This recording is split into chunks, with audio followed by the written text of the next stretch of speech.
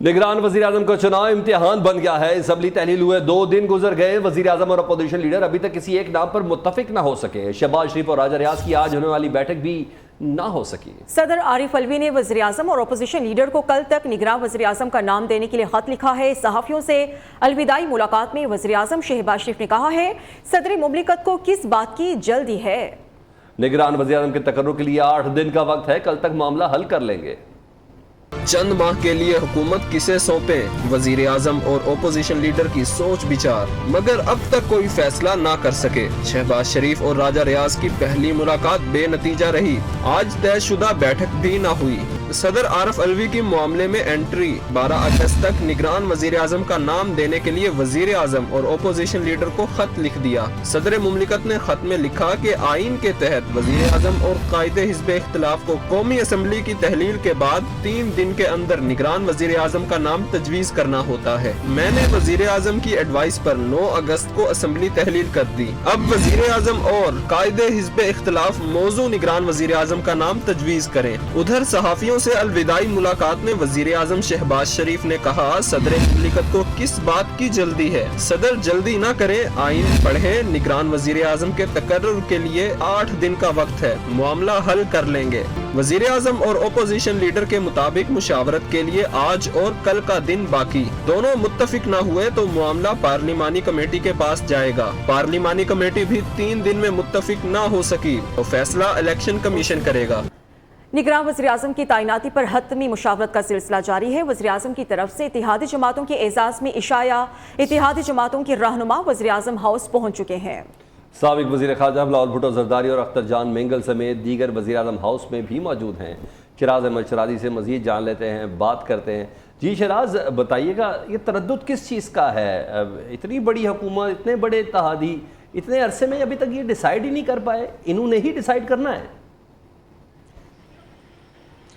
دیکھیے سلمان، بالکل ایسا ہی ہے اور اس وقت بھی عشایہ جو ہے وہ جاری ہے۔ اب سے کچھ دیر قبل ہم نے دیکھا تھا کہ بلاول بھٹو زرداری جو ہے وہ وزیر اعظم ہاؤس سے جو ہے وہ روانہ ہو چکے ہیں۔ مولانا فضل الرحمان جو کہ پاکستان ڈیموکریٹک موومنٹ کے سربراہ ہے، وہ اس وقت وزیر اعظم ہاؤس میں موجود ہے۔ اس کے علاوہ امیر حیدر خان ہوتی، محسن داول بھی موجود ہے۔ وہ اتحادی جماعتوں کے ساتھ جو ہے مشاورت کی جا رہی تھی۔ پرائم منسٹر شہباز شریف کی جانب سے ان کو اعتماد میں لیا جا رہا تھا۔ جو نگران وزیر اعظم کے لیے نام سامنے آ رہا ہے، جو نام اپوزیشن لیڈر نے سجیسٹ کیا تھا، وہ جو نام جو ہے شہباز شریف کی جانب سے سامنے رکھے گئے تھے، ان پر جو ہے جتنے بھی اتحادی جماعتوں کے ممبران سربراہان ہیں، ان کو جو ہے اعتماد میں لیا جا رہا تھا آج کے عشائیے میں، اور اس وقت بھی عشایہ جو ہے وہ جاری ہے۔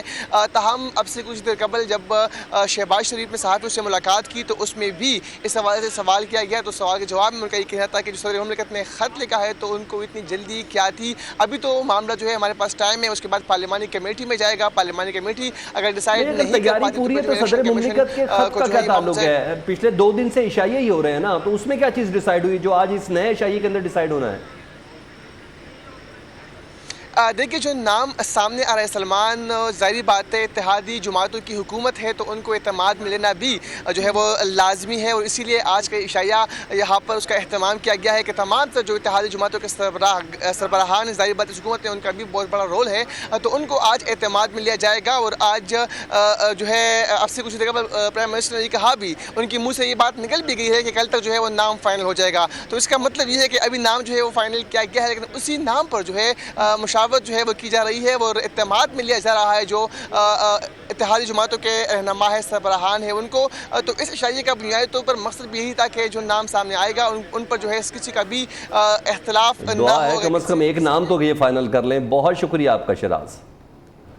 جبکہ نظر ثانی قانون غلط ہے، سپریم کورٹ نے اپیل کا حق دینے کی پارلیمنٹ کی ترمیم ہی اڑا کے رکھ دی ہے۔ 87 صفحات پر مشتمل تفصیلی فیصلہ جاری ہوا۔ جسٹس منیر اختر کا اضافی نوٹ بھی فیصلے کا حصہ ہے۔ متفقہ فیصلے میں کہا گیا پارلیمنٹ ایسی قانون سازی کا اختیار نہیں رکھتی۔ Supreme court review of orders and judgments act کل عدم قرار، بڑی عدالت نے بڑا فیصلہ سنا دیا۔ 87 صفحات پر مشتمل تحریری فیصلے میں کہا گیا ہے کہ ریویو آف ججمنٹ آئین پاکستان سے واضح طور پر متصادم ہے۔ یہ ممکن نہیں کہ اس قانون کو آئین سے ہم آہنگ قرار دیا جائے۔ اگر اس قانون کے تحت اپیل کا حق دیا گیا تو مقدمہ بازی کا ایک نیا سیلاب امڑ آئے گا۔ عدالتی فیصلے میں کہا گیا کہ پارلیمنٹ سپریم کورٹ کے دائرہ اختیار سے متعلق قانون قانون سازی نہیں کر سکتی۔ سپریم کورٹ رولز میں تبدیلی عدلیہ کی آزادی کے منافی ہے۔ سپریم کورٹ کے فیصلے میں جسٹس منیب اختر کا 30 صفحات پر مشتمل اضافی نوٹ بھی شامل ہے۔ جسٹس منیب اختر نے اضافی نوٹ میں لکھا ہے کہ مختلف فیصلوں کا جائزہ لینے سے 3 اہم نکات سامنے آتے ہیں۔ پہلے نقطے کے مطابق نظر ثانی اپیل نہیں ہو سکتی۔ دوسرا نقطہ مقدمات کے حتمی ہونے کا ہے۔ تیسرا اہم نقطہ نظر ثانی کے محدود ہونے کا ہے۔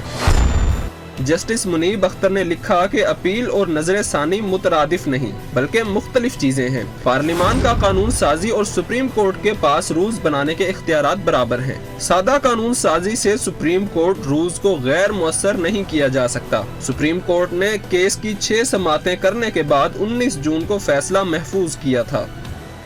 ایک اور اہم خبر ہے، سندھ اسمبلی تحلیل ہو چکی ہے۔ وزیر اعلیٰ سندھ سید مراد علی شاہ کی ایڈوائس پر گورنر سندھ نے اسمبلی توڑنے کی سمری پر دستخط کر دیے ہیں۔ اس پر مزید معلومات کیا ہیں کامران سہیل ہم سے شیئر کریں گے۔ جی کامران۔ گورنر سندھ نے گورنر ہاؤس میں وزیر اعلیٰ سندھ کے ہمراہ جو ہے وہ اس سمری پر دستخط کر دیے گئے ہیں۔ یوں سندھ اسمبلی جو ہے وہ تحلیل ہو چکی ہے اور یہ ذرائع سے یہ اطلاع ملی ہے کہ گورنر سندھ سے 15 سے 20 منٹ یہ ملاقات جاری رہی، جس کے بعد گورنر سندھ نے سمری پر دستخط کیے اور اس طرح سندھ کابینہ بھی تحلیل ہو چکی ہے، سندھ اسمبلی بھی تحلیل ہو چکی ہے اور یہ سندھ حکومت اور سندھ اسمبلی تقریباً 11 ماہ 40 دن جو ہے 29 دن تک جو ہے وہ یہ قائم رہی ہے۔ اور آج گورنر سندھ کی جانب سے جو سمری وزیر اعلیٰ سندھ کی جانب سے وزیر اعلیٰ سندھ کی جانب سے دی گئی تھی، وزیر اعلیٰ سندھ خود گورنر ہاؤس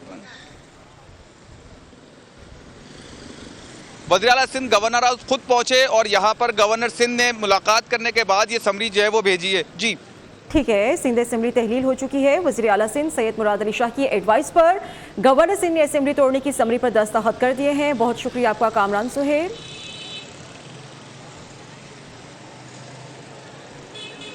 سپریم کورٹ کے فیصلے پر سابق وفاقی وزراء کا سخت رد عمل سامنے آیا ہے۔ فیصلے سے پارلیمنٹ کی خود مختاری پر آنچ آئی ہے۔ سابق وزیر داخلہ رانا ثناءاللہ نے کہا ہے سپریم کورٹ نے فیصلے سے پارلیمنٹ کی توہین کی۔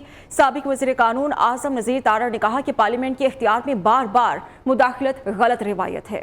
سابق وزراء کی سپریم کورٹ کے فیصلے پر کڑی تنقید۔ اعظم نذیر تارڑ کے مطابق پارلیمان کے اختیار میں بار بار مداخلت اچھی روایت نہیں، ایسی مداخلت سے ادارے مضبوط نہیں کمزور ہوں گے۔ نواز شریف کے کیس میں اس فیصلے کا کوئی اثر نہیں پڑے گا۔ نااہلی کی سزا 5 سال سے زیادہ نہیں ہو سکتی۔ سینیٹر اسحاق ڈار نے کہا عدالتی فیصلے سے نون لیگ کو کوئی پریشانی نہیں، نون لیگ اپنی سیاسی اور قانونی حکمت عملی جلد طے کرے گی۔ نواز شریف کی واپسی سے متعلق فیصلہ پارٹی نے کرنا ہے۔ رانا ثناءاللہ نے فیصلے کو پارلیمنٹ کی توہین قرار دیا، کہا سپریم کورٹ کا اختیار آئین کی تشریح کرنا ہے، یہ فیصلہ ججز کا پیچھا کرے گا۔ سپریم کورٹ کا مذکورہ قانون کو کالعدم قرار دینا پارلیمنٹ کی تالہ بندی کے مترادف ہے۔ ترجمان آئی پی پی فردوس عاشق اوان نے فیصلے پر رد عمل دیتے ہوئے کہا پارلیمنٹ میں کیے جانے والے فیصلے اس طرح بے وقت ہونے لگے تو سیاسی بھرم ٹوٹ جائے گا۔ ماہر قانون عرفان قادر کے مطابق اس فیصلے کی کوئی آئینی حیثیت نہیں، ریویو میں جانے کی بھی ضرورت نہیں۔ نواز شریف کی واپسی سے متعلق کوئی معاملہ پیچیدہ نہیں ہوگا۔ تحریک انصاف کی سیاسی حکمت عملی کس وقت کیا اور کیسی ہوگی؟ کون کیسے عدلیہ، فوج اور حکومت پر دباؤ ڈالے گا؟ چیئرمین پی ٹی آئی کس وقت کیا کھائیں گے؟ کیا دعا مانگنی ہے؟ سب کچھ بشرا بی بی کنٹرول کرتی تھی۔ سابق خاتون اول کی مبینہ ڈائری نے کئی رازوں سے پردہ اٹھا دیا ہے۔ تحریک انصاف اور چیئرمین تحریک انصاف مکمل طور پر مرشد کے کنٹرول میں۔ سابق خاتون اول بشرا بی بی کی مبینہ ڈائری میں چشم کشا انکشافات۔ ڈائری میں لکھا ہے کہ اگر گورنر راج لگائیں تو قانونی ٹیم اور شہر بند کرنے کی تیاری اور پہیا جام ہڑتال کی جائے۔ کل سے اتنا پریشر دینا ہے کہ عدالت کوئی منفی فیصلہ نہ دے سکے۔ پریشر دینے کا مطلب عدالت میں بہت لوگ ہونے چاہیے۔ وکلاء نے اہم سوالات کرنے ہیں، چیئرمین پی ٹی آئی نے خاموش رہنا ہے۔ خواجہ حاری سوال اٹھائیں کہ اعظم سواتی کے کیس میں مقامی سہولت کار کون تھے؟ بشرا بی بی اہم معاملات پر ہدایات دیتی رہیں اور ان پر عمل ہوتا رہا۔ پی ٹی آئی سربراہ نے کب کیا کھانا ہے وہ بھی بشرا بی بی کے کنٹرول میں تھا۔ چیئرمین پی ٹی آئی کو صبح قہوہ، شہد اور جوس پینا ہے، دوپہر کو وٹامنز کے ساتھ کباب، مچھلی اور گوشت کھانا ہے، دودھ صرف رات 12 بجے پینے کی اجازت ہے۔ بشرا بی بی نے دعائیہ الفاظ کے ذریعے چیئرمین پی ٹی آئی کی ذہن سازی کی۔